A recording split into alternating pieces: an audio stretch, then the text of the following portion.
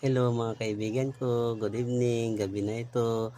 Nandito naman ako, makukulit ako sa inyo. Sundin lang niyo ako ha, magdasal tayo. Salamat sa ngalan sa Ama at sa Anak at sa Espiritu Santo.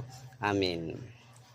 Panginoon ko o Diyos ko, naniniwala at nananalig ako na narito ka at kapiling sa mga sandaling ito na nakita na ako at iyong naririnig ang aking mga daing, mga kahilingan at mga panalangin.